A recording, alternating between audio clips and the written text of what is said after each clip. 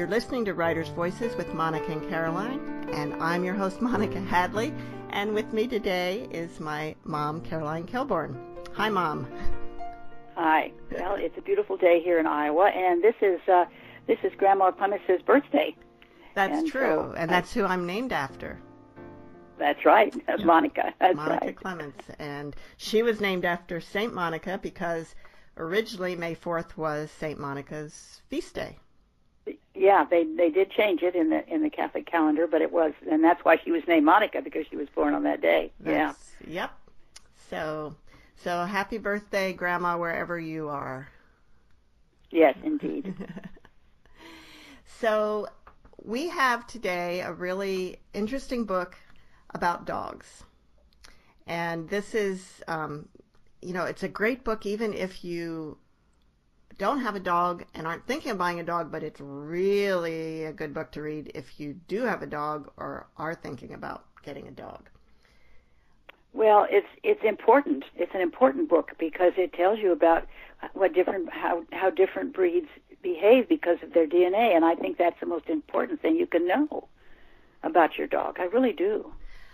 I think so too, and it's amazing to me that more attention hasn't been put on this before, but we're going to get the opportunity to really discuss this. Our author today is Kim Brophey. She's an applied ethologist, certified dog behavior consultant, and developer of the L.E.G.S dog behavior model and dog key software. She considers herself a lifetime dog nerd. Kim lives in Asheville, North Carolina, where she operates the Dog Door, a modern dog behavior center and storefront, as well as Dog City USA, a resource center for local and visiting dogs and their humans. Kim shares her mountain home with one impossibly patient husband, 2 remarkably inspiring kids, and a host of ridiculous dogs and cats. Welcome to Writer's Voices, Kim. Thanks for having me. And I apologize for the technical difficulties we had getting started, but we're good to go now. No problem. So, Kim, you developed this L.E.G.S system, Learning, Environment, Genetics, and Self, to answer questions about dog behavior. How did you come up with this idea? Well, it was really more of a sense of obligation as opposed to inspiration that originally motivated me to write this book. My background is in applied ethology, which is an integrative discipline looking at the welfare of captive or domesticated species, and I focused on dogs. So having that background of multidisciplinary approach to welfare and behavior, I came out of school and decided I wanted to work with people and their dogs. And so I found myself in the dog training field, even though I really wanted to do something on a grander scope than that. But that's where I started. And about halfway through my career, I found myself very frustrated with the narrow presentation that dogs were given to dog owners as far as our appreciation for what was happening. So we would think about everything like it was all how you raised them, and if you just had the perfect dog training technique and you were just well skilled enough, and if you just did everything right, and then or you possibly threw the right medication at the dog, that you could make them how you wanted them to be. And the goal and the focus was how to get them to do what we wanted them to do, as opposed to understanding why they were doing what they were doing in the first place and what all was going to go into their overall welfare and therefore the balance of our relationship with them and the health of our relationship with them. So about halfway through my career, I got really frustrated, and I went back to my roots of applied ethology and the integrated sciences and just dug in researching through a variety of different disciplines independently and then integrating them, and of course found over and over again throughout all these different disciplines that they were talking about all of these elements that go into the welfare of all animals, not just dogs, not just people, but in the behavior of organisms on a much larger scale. And so these are really well-established principles in science. L.E.G.S are well-established principles of science that we actually just haven't applied to dogs yet. And maybe it's because we were overwhelmed because there's so much information out there and it's really hard to put the pieces together. So L.E.G.S was my attempt to boil that down into something that was accessible, tangible, and useful for every dog lover out there. So L.E.G.S stands for Learning, Environment, Genetics, and Self. And they're all important, and you can talk about what each of those means, but the book is primarily about the genetics of the various types of breeds. That's the largest part of the book anyway. I wouldn't say it's not necessarily the most important, but maybe it is. What do you think? What do you say?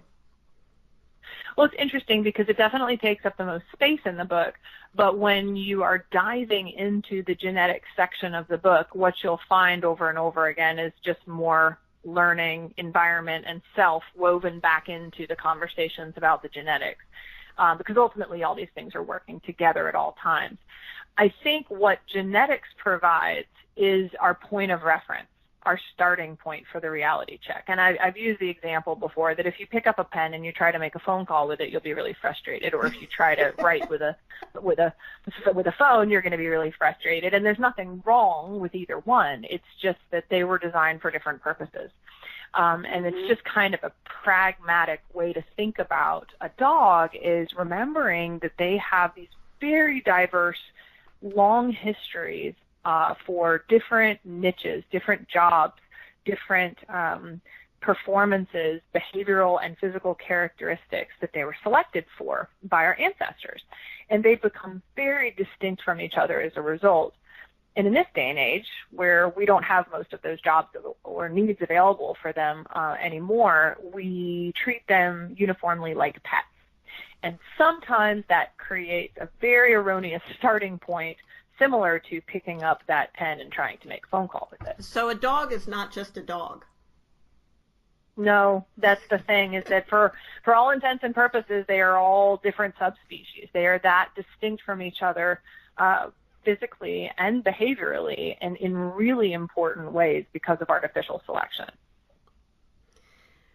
So if you have two dogs or three dogs and they're all different breeds, then you have a lot of different behaviors.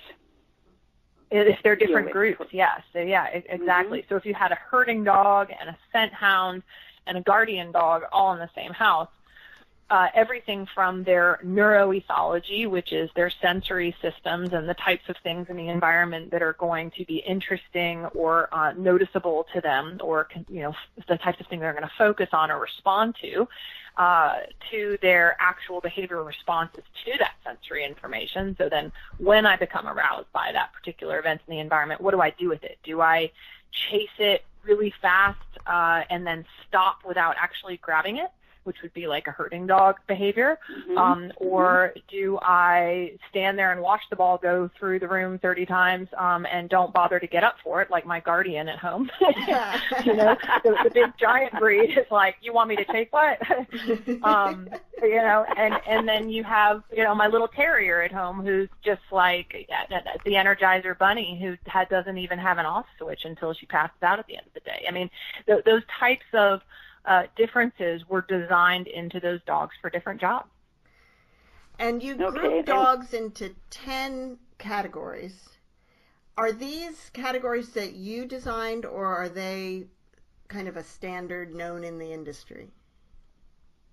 So many of them are the same as the AKC uses, with the most glaring exception being the AKC kind of catch-all non-sporting group, which is the ones that don't fall into the other categories. They go into the non-sporting group. But the herding dog, the hound group, the terrier group, those are similar to the AKC grouping. Now, the scent hound, I then break out into sight hounds and set hounds because they're very different from each other. And then we kind of flush out the non-sporting group a little more specifically, as well as separate out the bulldogs as a distinct group that evolved from the guardians. As I was reading through this, and I've had dogs, companions, most of my life. I haven't the last few years, although I've had people who lived with me who had dogs. But I find that almost all of my favorite breeds fall into 1 to 2 categories, 1 to 2 groups. The primary one being the natural dog. Mm-hmm. And, I've had some of the breeds that are in the natural dog that I've had as pets include the American Eskimo, the Norwegian Elkhound, the Samoyed, the Keeshond, and the Siberian Husky. Mm-hmm. Yeah. And I would not necessarily have known that those were of a like group, but it makes sense that I would be attracted to that same type. Mm. Yeah. Yeah, it's really interesting because I think a lot of people are both drawn to a certain type of dog, and then they also build their expectations about their relationships with a dog based on a type of dog that they're drawn to. And sometimes the things that they're really frustrated with about a new dog they get that might be from a totally different group from the ones they've had in the past is just because that dog has genetic software and therefore behaviors that are so distinct from their point of reference that they've had in the past that they think something is wrong when there's actually nothing wrong. The dog's just very distinct from the other types of dogs they've had as a point of reference. Right. The dog is just doing what the dog does, and he, Right. And imagine how frustrating it is for the dog. Oh, absolutely. Just, that's what really is, I think that's why this book, I think everybody should have this book that has a dog. Really, I do. Yeah, and we see that so much where the dogs are just so chronically frustrated because the owner is so chronically frustrated trying to turn that square peg into a round peg to fit in the round hole. I mean, they might have always had golden retrievers, and then they go out and they get a husky, and they're like, well, why doesn't he immediately come when called just because I said his name, or why does he try to escape the crate when I put him in there, or why is he not Johnny on the spot bringing me the ball 50,000 times a day, whereas someone else who's had nothing but huskies might be complaining, why is this golden retriever bringing me the ball all day long, Why is it trying to climb on my lap? Exactly, right? Why does he not understand what personal space is, for crying out loud? So, and really, we have a lot of people come in that think their dog is broken just because it's not measuring the expectation that they had from that prior type of dog that they had, or the ubiquitous kind of ideal they have in their head, which is often a golden retriever. If the dog doesn't fit that standard of behavior, then we think you have to fix it and make it that way. Mm-hmm. You're listening to Writers' Voices with Monica and Caroline. Our guest today is Kim Brophey, author of Meet Your Dog, the Game-Changing Guide to Understanding Your Dog's Behavior, which is the official dog L.E.G.S. guide. So now, do you have a favorite among the groups, or would that be like asking if you have a favorite among your children? I don't have a favorite, although it's funny that you brought up, the natural group, because I have a profound appreciation and respect for dogs in the natural group. And at the beginning of my career, I can say that wasn't so much the case, because I myself was guilty of what I was just describing, because I had spent most of my life around gun dogs and then some herding dogs. And so I had the expectation of, well, you're supposed to do what I want you to do because I'm the person, and the dog is supposed to want to do things for me, and so I teach you these things, and you're supposed to be really enthusiastic about wanting to do it all. And then I had my first few natural dog clients, and the dogs would just flippantly walk off in the other direction, and I was like, well, wait a minute, what am I missing here? And then as I started to understand what was actually happening and how I had to work harder to earn the respect of those dogs, it actually makes me like them even more. Well, when I had my Siberian Husky, it lived out in the country, and we lived on the highway, but I would go for walks in this woods that was just down, you'd have to walk along the highway and then be in the woods. And I would start out the walk with the dog, and I'd end up the walk with the dog. But in between, the dog was off and running through the woods, and just wherever she wanted to be, but she'd start with me and she'd end with me. And that was perfect for me. Yeah, and I love that. I mean, the understanding that that type of dog is going to move through space differently is just a remarkable insight, really, into their essence, their being, who they fundamentally are. The Border Collie might not, go further than, 10 feet from you, and that's how you like to move through space with a dog, and that's how they like to move through space. But, again, if you start the walk with the dog and you end the walk with the dog, we're good, right? Right. But that dog might be having their own autonomous experience in nature in between. And I always felt very protected by that in a way, because she was scoping out the woods, make sure there wasn't anything dangerous in there. Yeah. Yeah. Yeah. Monica, was that the dog that if another dog would approach and they would just look at her eyes and then... Yeah, she was a blue-eyed husky, and she looked dangerous, but she wasn't really. But yeah, she looked a little scary. Yeah. And then we had the Border Collie who was very, very protective of my son, who was like 2 or 3 at the time, would not let anyone touch him if he did not want to be touched. Mhm. Yeah, and one of the things with the herding dogs is kind of natural control freaks, if you will. They're very type A and very hyper vigilant about what's going on in the environment. They feel very responsible. They have a strong work ethic, and so they can be very protective. They're usually controlling, even if they're not super protective. But because working with moving and managing sheep is part of their ancestry, then of course they're also going to have had a little side job in their job description as well of keeping watch for predators. Right. And so concerned with law and order and safety of the flock is absolutely at the top of their radar. Wow. One of the categories you have is world dog. So what exactly is a world dog?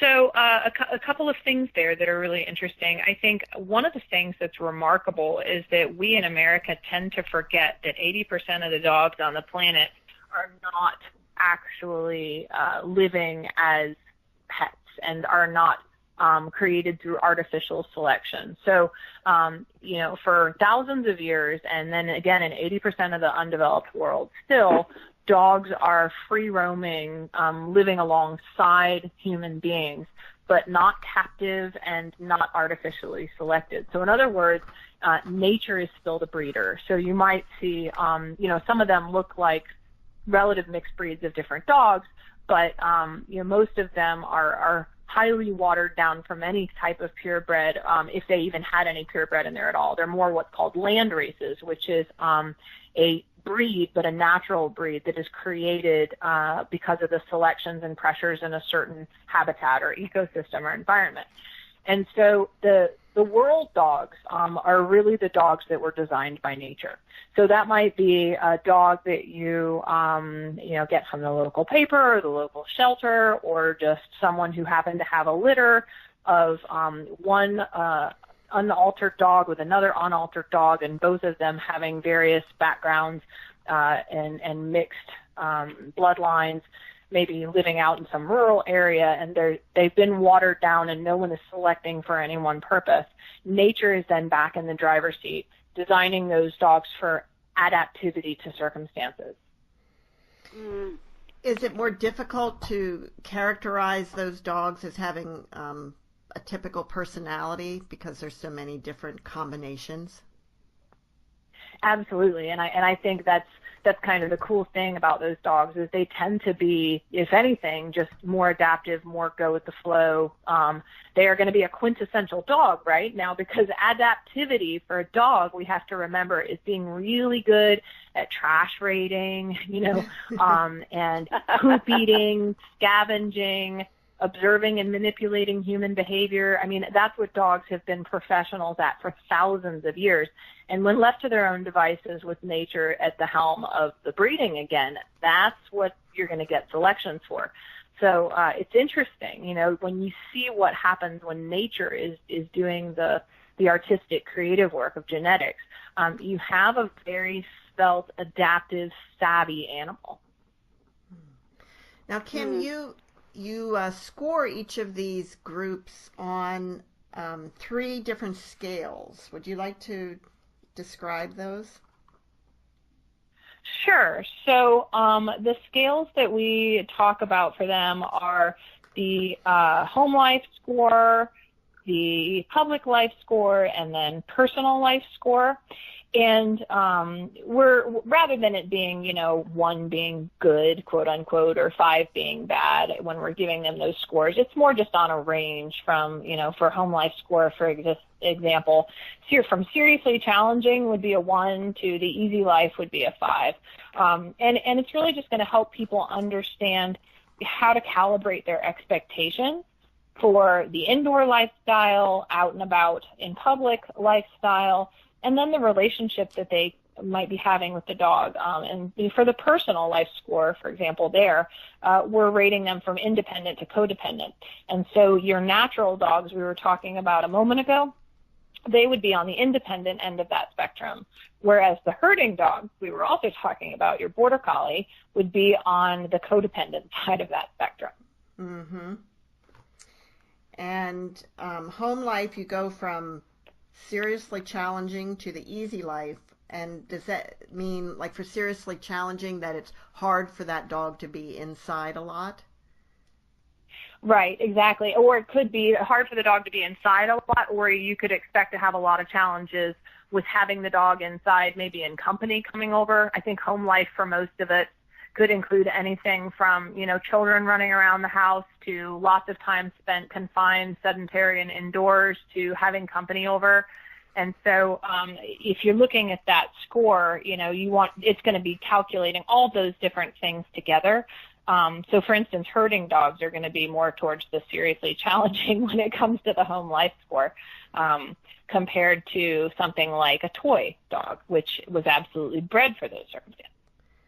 I found it interesting. Although the benefit with the herding dog is that they are more compliant, right? So with the training and with enough provisions for them outside the home, they can do great inside when they're there. And also, it depends on whether you live in a crowded environment like a city, and you're going to be walking your dog where there's a lot of people, or you're in the country. That's going to make a big difference too, isn't it? Absolutely. And that's why, and when you get into the genetics section, it's constantly weaving back in all the other aspects of L.E.G.S. And so it's going to weave in the other elements of your environment. So when we talk about home life, it's going to say, we also need to be thinking about giving them enough opportunities to do all these other natural behaviors so that they can be successful when they're in the home. And so, if that means living in the country or in a place where, you can take your dog hiking on trails that are outside your back door 4 times a day, are going to make that a lot easier for you to be successful when you do have company over at the end of the day. It's always a factor. And it's the complicated thing about L.E.G.S and also the simple thing. It's a strange contradiction we have going on here because, again, I think one of the reasons people haven't talked about L.E.G.S before, they haven't talked about the big picture, is it's almost daunting to have to think about all these things that actually matter so much and in so many different ways depending on the legs of the dog. But L.E.G.S at least gives us a framework and a point of reference for us all to come back to and say, well, let's look at the L, let's look at the E, let's look at the G, and look at the S so that we can at least talk about it. But it's always a dynamic interplay of variables. Because most people, they have a dog. They say, well, let's get a dog. That's it. Right. Right. And then they decide they like how one looks. Exactly. Or they exactly. saw one somewhere and it was behaving really well. I mean, the perfect example, honestly, is the German Shepherd because they're so popular. And people see these really well-trained German Shepherds out in public and they go, oh, look at that dog. That's amazing. That's so impressive. I want one of those. They're so obedient, well-trained. And most people have absolutely no idea what they're signing up for when they bring a German Shepherd home. They're workaholic animals. Right. And I think another reason German Shepherds are so attractive, they're what we think of for seeing eye dogs. So we think, okay, if this dog can do that, it must be, right. A really, really great breed. Right, and it must be, if it can do that, it would be easy for it to be a pet, right? That's nothing compared to being a guide dog. And, you know, he's beautiful, he's from a good breeder, check, check, check, you know, and he's hip guaranteed, and I'm going to take him to puppy class and get the good food, check, check, check. And then nobody talked about, but let's look at what the dog was designed for and what the selections have been for. And then imagine the behavior that it was bred for in your living room. I tell people that's a really good exercise. If you want to think about whether a dog is good for you, research the history of the breed and what it was designed to do in the first place. Now imagine that behavior in your life. Right? And then if he doesn't have the elk to hunt or what have you, then what else is going to substitute for that instinct in order to satisfy it, right? And it starts to get really crystal really quickly about, maybe that's not exactly going to be a good fit. Right. Monica, you know who would really love this book? Lauren. Oh, yeah. Yeah. She lives on a ranch, but she has 6 dogs. And one of them is part wolf. And I'm not sure. I think she has a border collie now. But, yeah, I mean, oh, gosh. Another group that I really found interesting because my son has dogs from this group, and one of my best friends who was staying with me for quite a while had a pit bull, so it's the bulldog. And, you know, there is this idea that these are all really aggressive dogs and they can be because they were bred for fighting, but they want to be lap dogs when they're in the home. And I have that all the time. My son's boxer is always trying to climb on me, and he's way too big.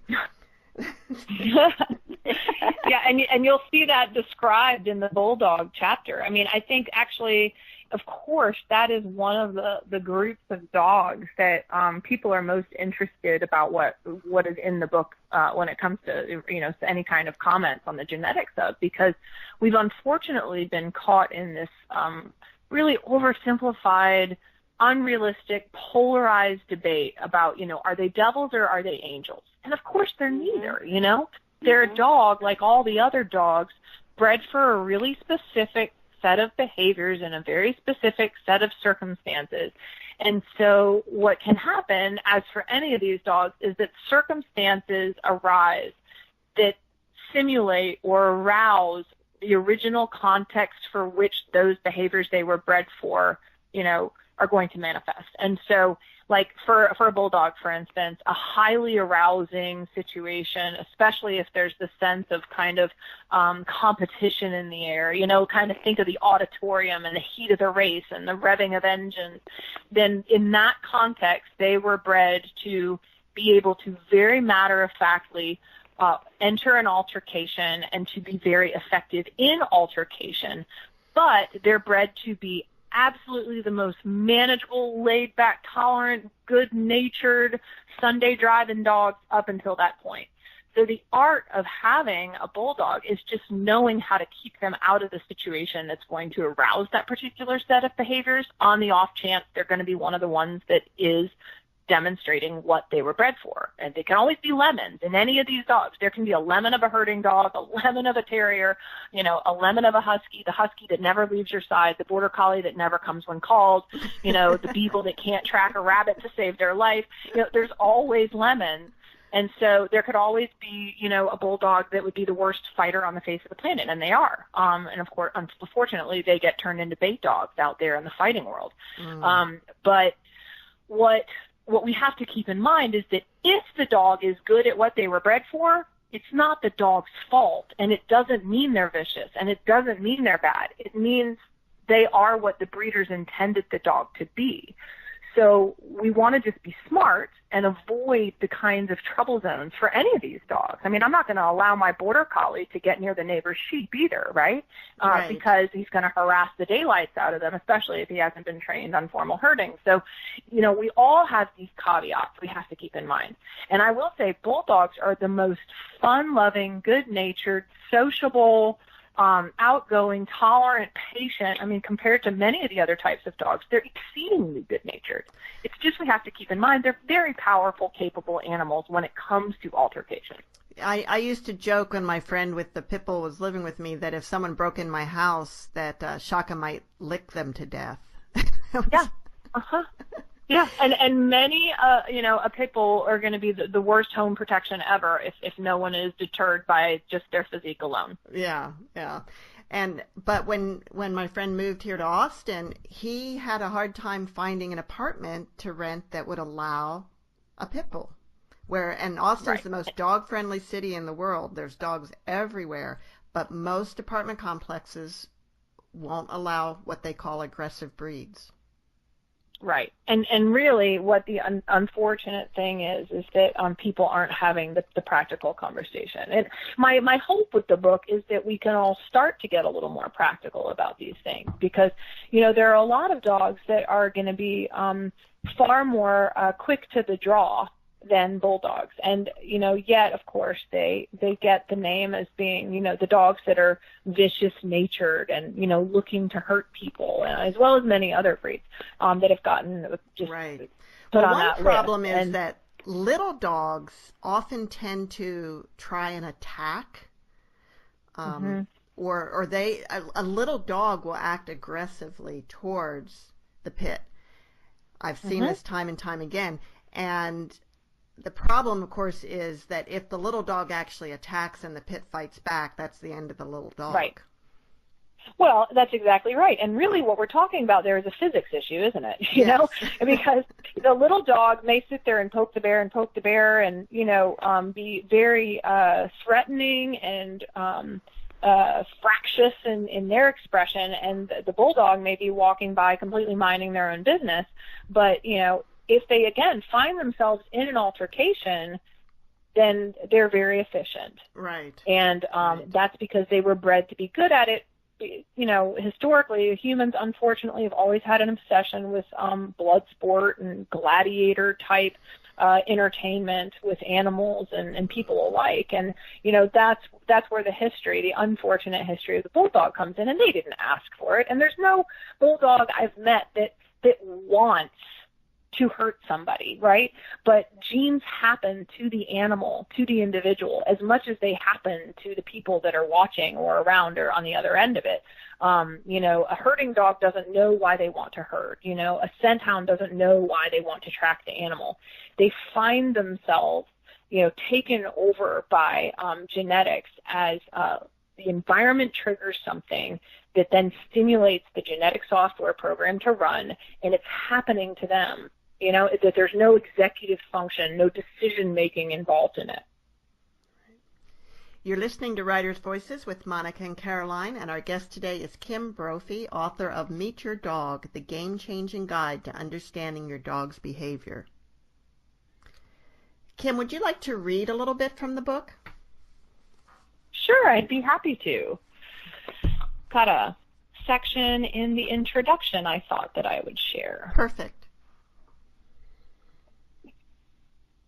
The Fairytale Pet. We get a dog. We take him home and give him a name. We buy him food, a bed, some toys, a leash, a collar with his name on it. We take him to the vet to get his shots. We take him out on walks, brush his coat, and kiss him goodnight. He is our pet. Most of us were born into a world in which the idea of a pet dog is normal. But not so many years ago, the entire idea was pretty absurd. While dogs may have been pets on a relative scale in various cultures throughout history, the practice of bringing them into our homes as captive, full-time consumers and family members is far more recent. It is also mostly unique to modern developed countries like the United States.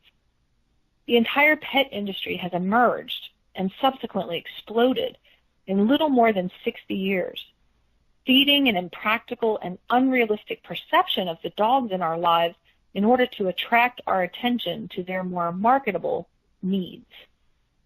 In 2016, Americans spent over $62 billion on their pets, a figure projected to keep growing by leaps and bounds. A pet industrial complex has emerged to cater to the billions of dollars consumers are willing to spend, from beef-flavored Prozac to smocked dresses and spa treatments for dogs. Endless gourmet treats and toys, daycare visits, dog park playdates, personal groomers and trainers, and better medical and dental care than many Americans receive. These are the standard amenities for many pet dogs. Born, as most of us were, into this pet dog era, we rarely question these preconceptions and practices. In recent times, dog behavior problems have become increasingly common and severe, with communities struggling to navigate everything from bites and lawsuits to overcrowded shelters filled with unwanted dogs. This means that certain myths about the needs and natures of our so-called pet dogs need to be examined. Every day in my practice, I pass a box of tissues to another desperate dog lover sharing deep frustrations and heartache in their first consultation. A few examples. Wally cracked a tooth breaking out of the crate and destroyed the Persian rug and new designer curtains, though Donna and her husband have given up on date nights and Sunday drives in order to take turns babysitting the dog 24/7 and to help cover the bills. Buddy and Boomer have been fighting so much that they have to be separated at all times and can no longer be walked together. This doubles the amount of time Ron spends trudging around the neighborhood in the dead of winter waiting for the dogs to pee instead of helping the kids with their homework. No one in Patty's house has had a full night's sleep since they brought Dolly back to Manhattan after that trip to the Smoky Mountains. Her howling at sirens has resulted in 3 noise violations in 3 weeks. And Leroy won't let Lexi's new boyfriend back in the bed at 3 a.m. She had to remove the little snarling beast from his arm 2 nights ago. The guy has, understandably, dropped a few sour hints that she needs to choose between him and the dog. Like thousands of other unhappy dog owners, these clients have been searching diligently, if unsuccessfully, for answers to their dog's behavior problems. Internet searches, advice from friends, and reruns of dog training shows turned up some pretty confusing information. What they were finding and hearing just didn't add up. Intuitively, they sensed something profound was missing. This is the missing link. We don't have the big picture. We've forgotten that dogs are animals. We've forgotten that there are major differences between different types of dogs, but we fail to meet their specific behavioral needs. We struggle to train them to be as we wish them to be, expecting the wrong behaviors from our canine companions. We need to understand that it's not their behavior, but our expectations about their behavior that are broken. Our pet culture has failed to question the fundamental soundness of what we ask of our dogs in our day-to-day lives. When we have company over, when we pass other dogs on the street, when we leave our dog alone in a crate for over 10 hours a day, when the neighborhood kids barrel through the front door at all hours unannounced. There are very good reasons why some dogs handle these kinds of events with ease and why others come apart at the seams. Put simply, we can't have the same expectations for a German Shepherd that we would for a pug. Treating all dogs as if they were the same, operating from a standard recipe, and ignoring their elemental variations sets them and us up for certain failure. That's for sure. And that's the basis of the L.E.G.S system, to make sure that you're selecting the right dog for the environment, for what you need and what the dog needs. Right. And you need to have that in mind before you go looking for a dog, because you might fall in love with one that isn't going to fit too well, right? That's right, and it happens all too often, so we can avoid heartache by having those conversations beforehand.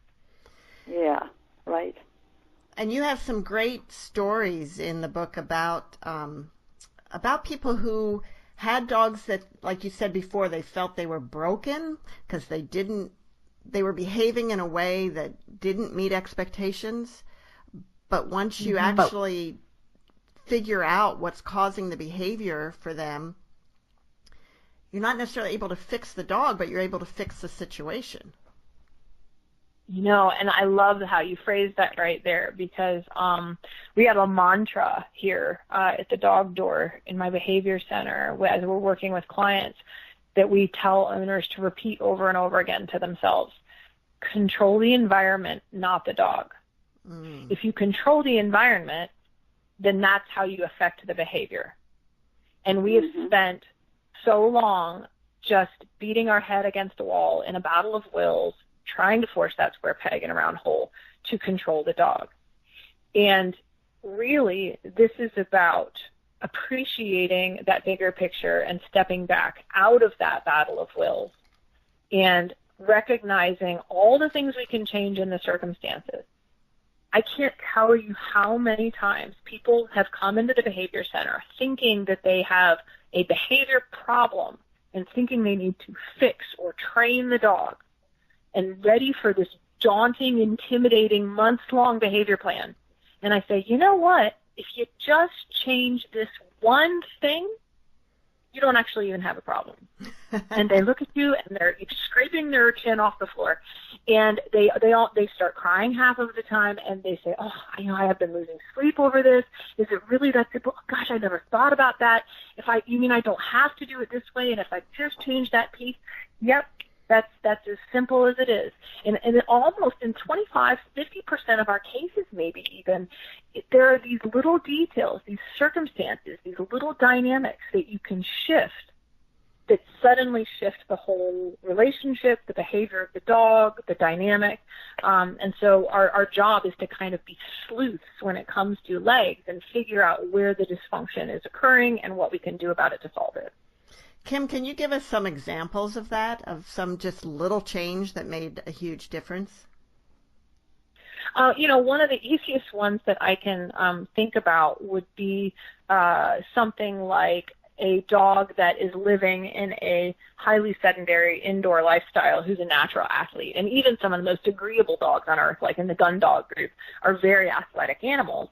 And sometimes someone might have had a dog before that they could just walk 4 times a day for 10-minute pee breaks, and that would cut it.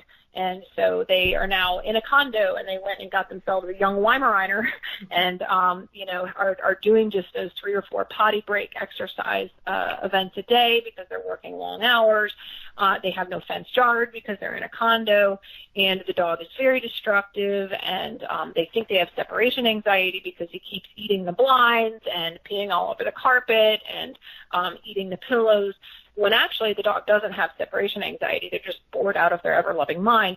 So a combination, for instance, of, increased exercise, whether that's a dog walker or a runner, quality daycare, and I emphasize quality there really intentionally, something to be able to give that dog the athletic and social outlets that they need on a daily basis can suddenly, resolve the behavior that's occurring in the home on a daily basis when the dog is confined and alone indoors for inordinate amounts of time.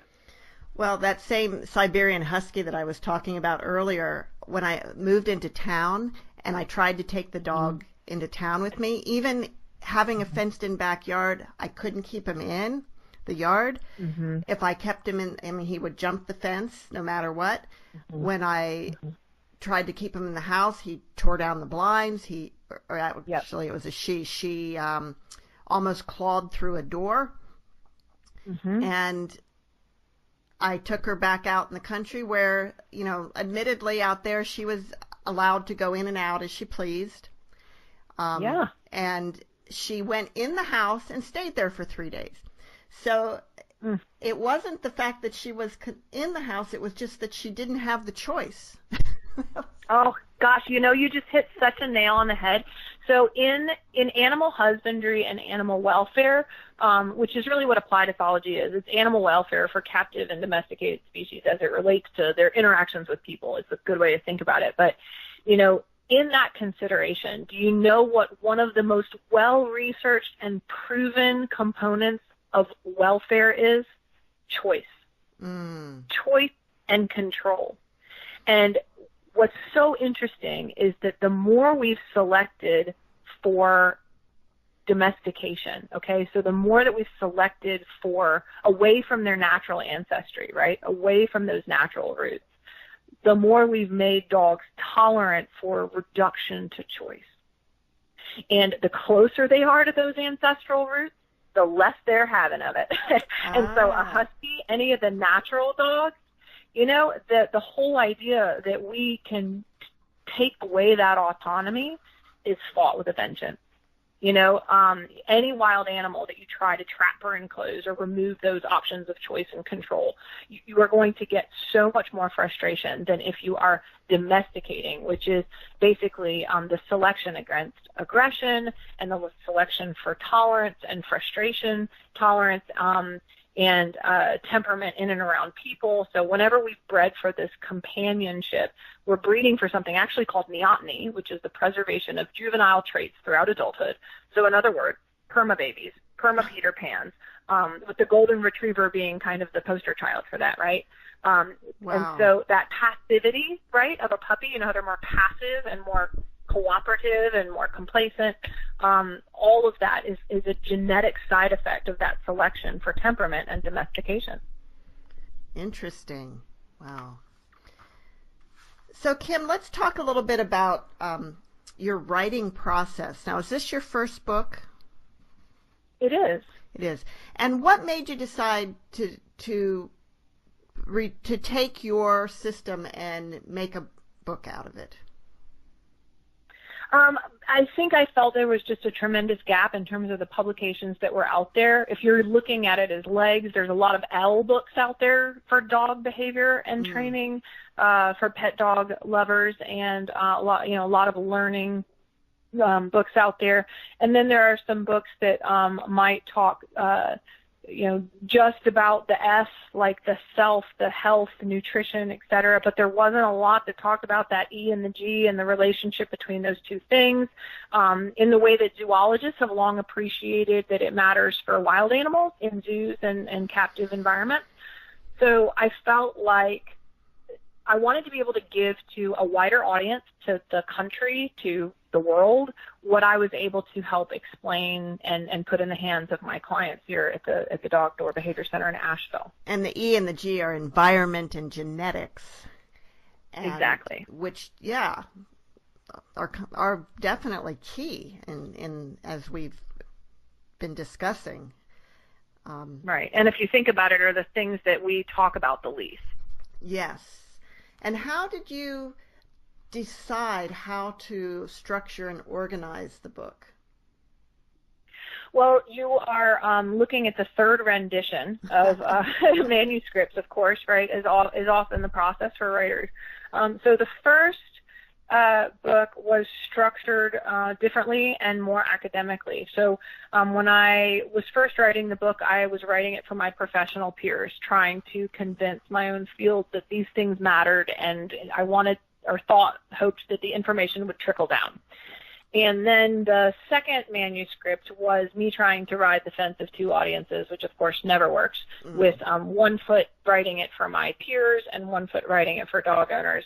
And the voice was too distinctly different and changing back and forth, the writer's voice. And so ultimately I committed to writing this book for dog lovers, and decided to have the voice be very intimate, and speaking directly to the person and their relationship with their dog, because I felt that this was going to be a cultural change that would be grassroots and from the bottom up, and that people were in a better position to create the paradigm shift and ultimately put pressure on the industry to get on board with the bigger picture of L.E.G.S. Wow. Now, the book, there's a lot of sort of graphic elements to the book as well, from photographs of the various dogs to the way that pages are edged in color by the L.E.G.S. To the charts and the scores, the public life score and home life score. And so did you do all that, or did you have help with all of that?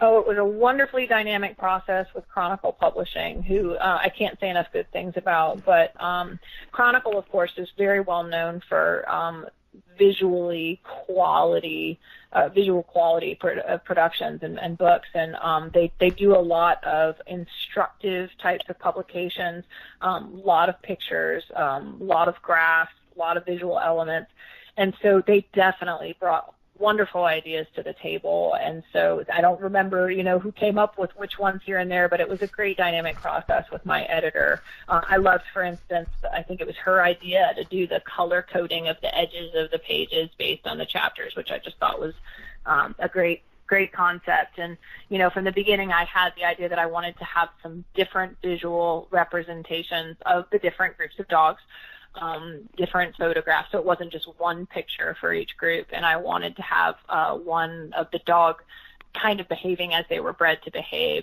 and make sure that people could kind of see the dog in action. And a fun story is it's my current husband who is the photographer for the book, so that was a fun process to do with him as well. Oh, cool. And you also have world maps that show where each of the groups of dogs originated?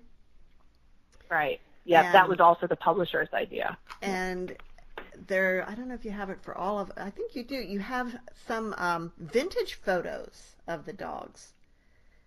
Yes. Yeah, there's one for each of the sections. And so what I wanted was for people to connect to the history, because I think what I noticed was how disconnected we are from that now, thinking of them all as pets. It's kind of like, oh, that's interesting. I heard those dogs used to be used for this, but there's something different that happens to us when we see it. When we see old art or photography of a dog being used for the job for which they were selected, in their element, so to speak. Yes. Yeah, that makes a lot of sense. How did you get connected with Chronicle Books? We've done quite a few authors from Chronicle, and they absolutely make the most beautiful books on the market. How did you connect with them as your publisher?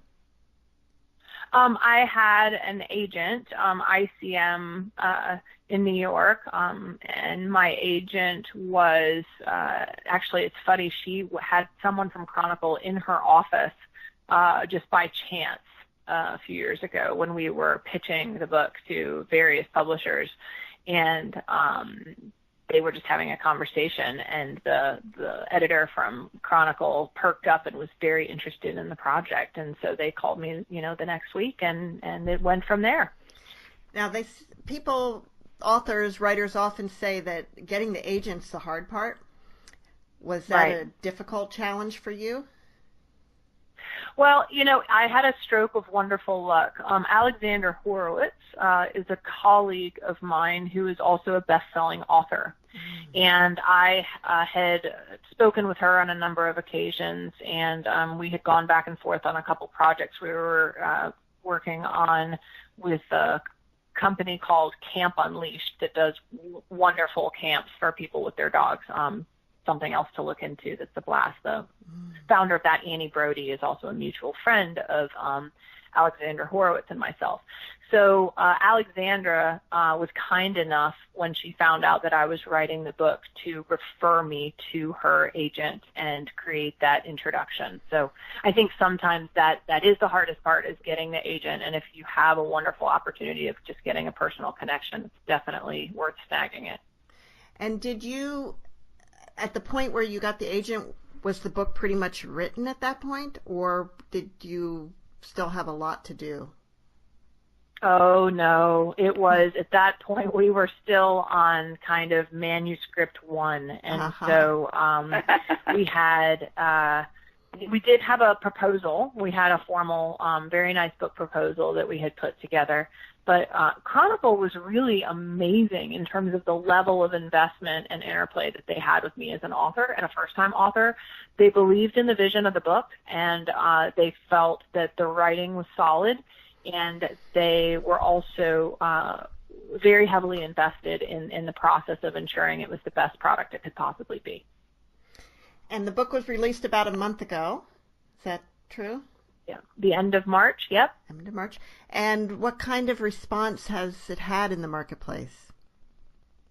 Oh, it's been incredibly well received. And, of course, any one of us, right, when we write a book, you just kind of put it out there and you cross your fingers and you hope your baby is well received out there in the world. But, it's such a, it is such a paradigm shifter that you just hope that people are able to embrace it and understand it. Because I think anytime we're really challenged to look at something so differently, there's the risk that it'll be threatening or uncomfortable in some way for the readers. And I've gotten nothing but the most positive, very deeply sincere feedback from both dog lovers, owners, as well as colleagues and other dog professionals.